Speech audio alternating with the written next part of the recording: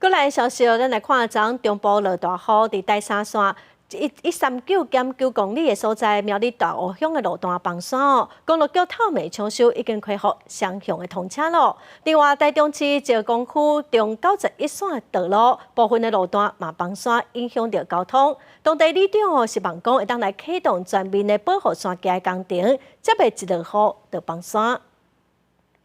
大丛树啊倒伫咧路中，也阁有连落来土石挡条的。第三线139.9公里的所在，苗栗县大湖乡路段12号暗时10点外，因为大雨地势边坡崩塌，面积大约1200平方公尺。警方得到消息到现场封闭道路，而且赶紧通报公路局抢修。大概加半个小时有。半个小时就下很大雨了哈。很大很大。哦，一下子这马路都水啊！哈。 公路局当暝11点55分抢通恢复双向通车，天光了会当清楚看到边坡的状况。苗栗公务段强调，因为边坡顶悬也阁有土石，而且当地当日咧进行边坡复建工程，因此封闭上北上外边的车道作为缓冲区，会持续到年底。那因为担心后续，因为边坡顶还是有一些零星的浮在，那所以我们会把北上的外侧车道做一个封闭。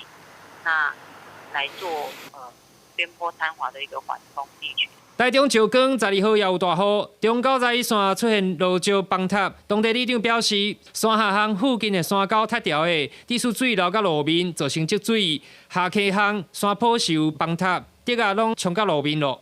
后续希望说比较容易坍方的那些几个地点能够用网子啊做一些喷浆的动作，做护坡的工程啊。 才不会造成这样长期每次只要下雨就有坍方的现象。12号暗时6点雨停了后，永光处立场抢通，当地里长希望会当做整体护坡工程，才袂拄到雨就崩塌。记者苗栗台中报道。